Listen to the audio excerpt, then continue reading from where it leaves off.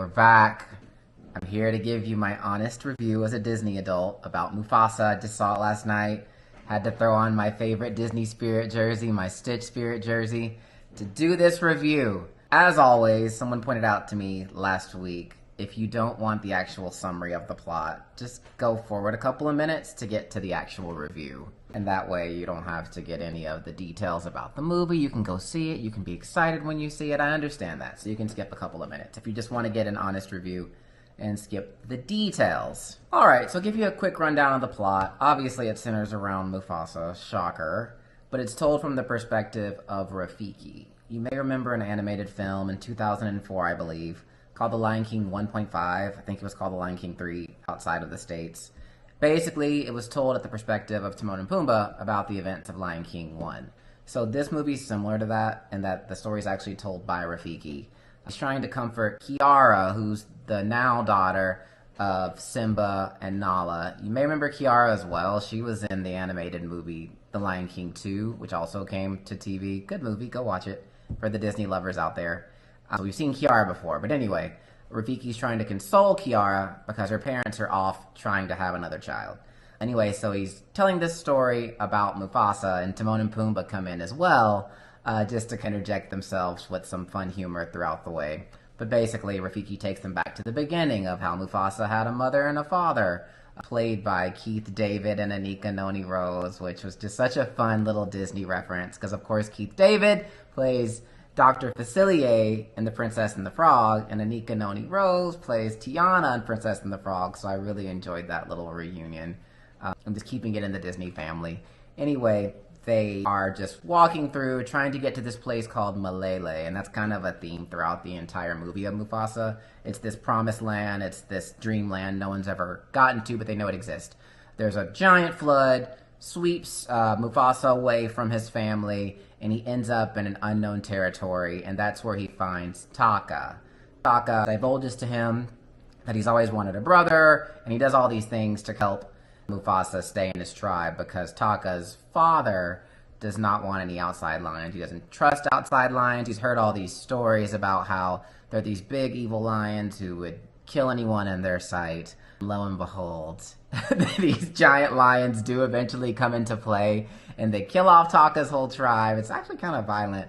And so Taka's father tells Mufasa, you need to pledge yourself to my son. He's the next in the bloodline. You need to protect him. You guys run off. Taka's mother, who's formed a bond with Mufasa as well because he's an outsider, gives him her blessing and says, take care of my son, and then tells her son, you'll have your moment to where you can be brave, because there was a point in the story where Mufasa proved himself and actually saved the mother from the actual evil lions. And I guess you would say these are albino lions, maybe? That's how they differentiate them from the other lions in the movie. Because throughout the movie, you do get confused at some point, and which lion is this? But they do make a good distinction of showing you which of the lions are the villains.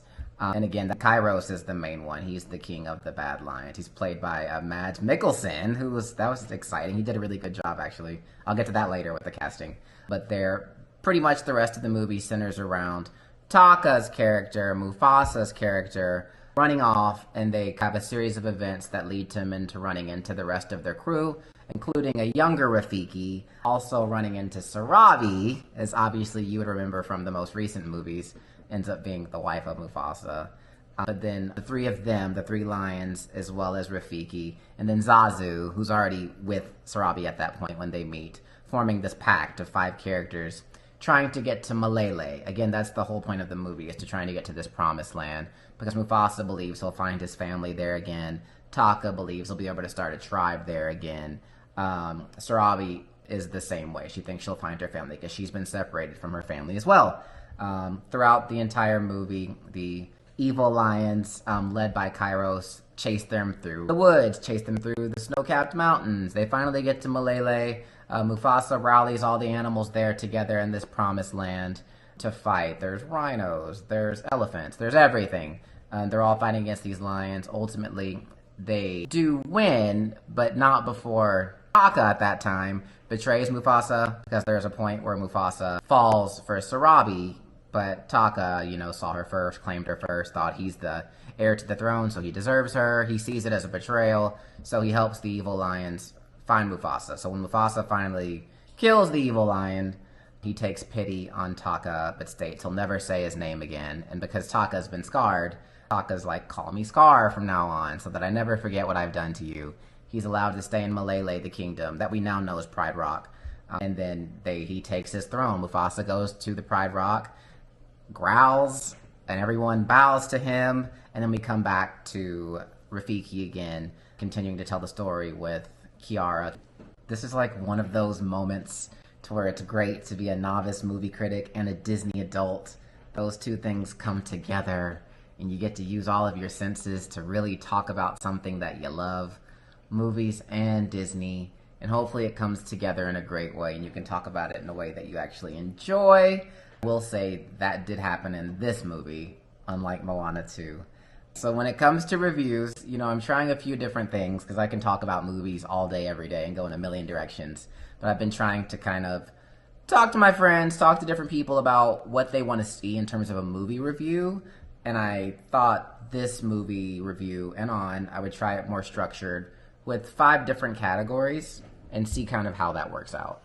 So the 5 categories I want to focus on, and of course, some movies won't have all this criteria because not every movie is a musical, obviously.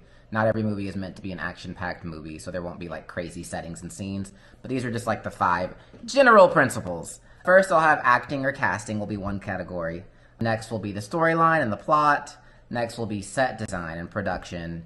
Again, the 4th thing will be music or sound. So if it's not a musical, I can just base it off of what I think the score was, like something like that. And then number 5 will be the overall movie experience, where I kind of take all those things into account and decide, did I actually enjoy the movie?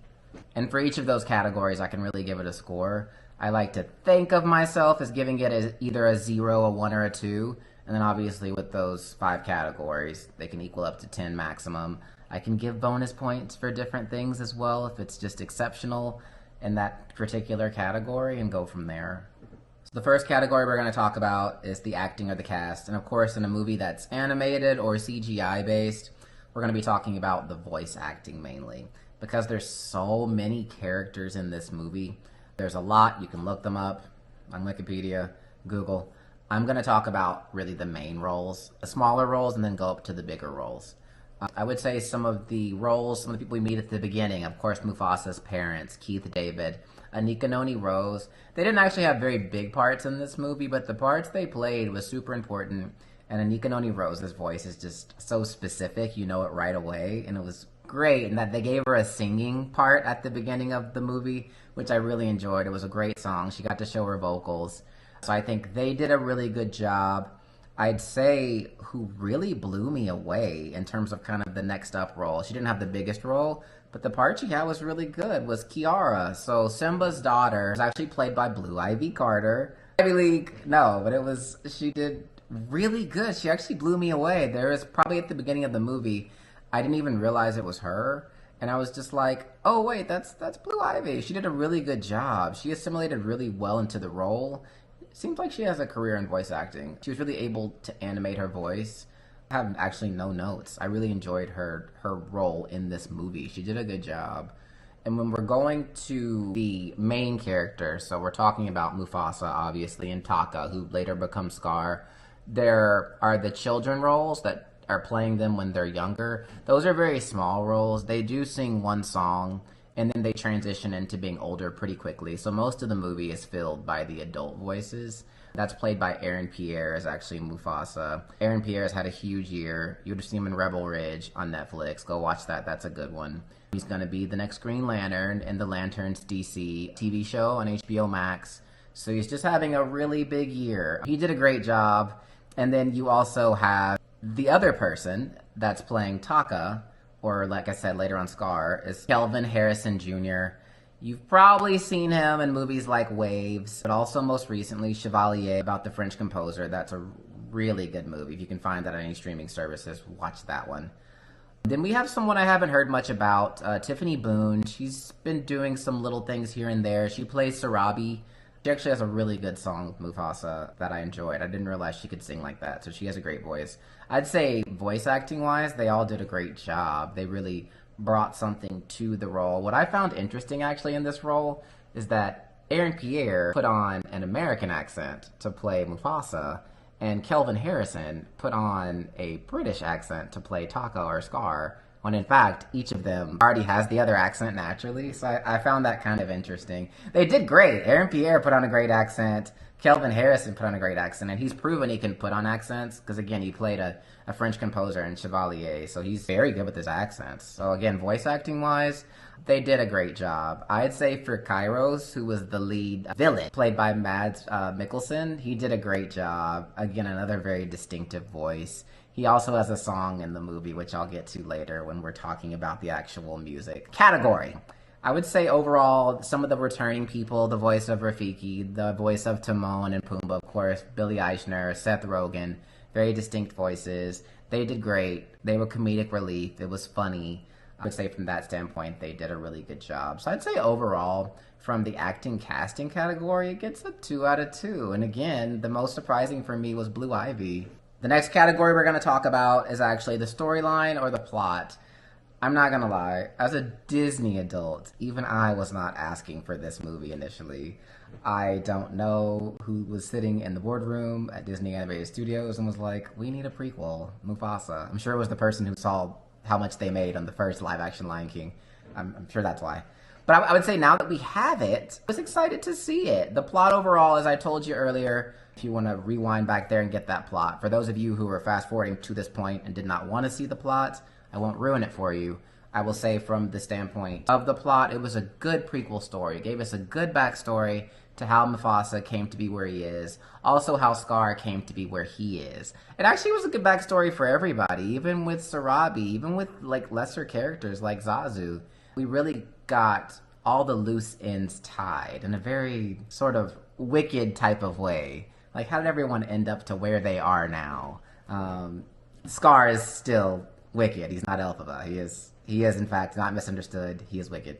But I would say from that standpoint, the plot, the storyline, even though no one asked for it, now that we got it, it was really good. It tied up all the loose ends. It answered all my questions for me. I would give it a 2 out of 2. So the third category we're going to talk about is the set design or production. Obviously, in a movie that is live action but based on an animated film with non-human objects, most of the movie is going to, of course, be CGI based. We heard a lot of issues and complaints about the first Lion King, the one that came out in 2019, just because of some of the CGI looked unrealistic and it was odd to see those types of lions talk and sing. I would say they really fixed all that in this movie. The CGI was incredible. There was one point where they're in the snow-covered mountains and I was just like, is that real snow?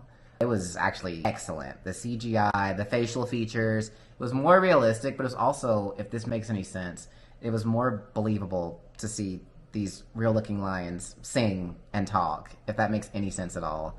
But it was actually beautiful. The movie was beautiful to watch.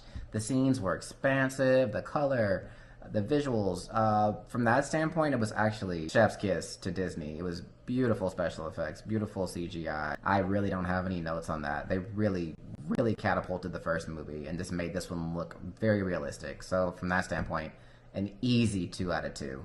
Now we are to what I would arguably say is the most important category for a Disney adult or for any fan of Disney who's going to see a Disney movie, and that is the music or the sound section. Obviously, with a Disney movie, you're going into it thinking it's going to be a musical, and this is a musical in the purest definition. I've had a little rant in the past about what makes a musical a musical. A musical is technically a production where the music or the songs actually progress the story. So not just a movie with music, but the songs actually tell a story that without those songs, you would be missing part of the storyline.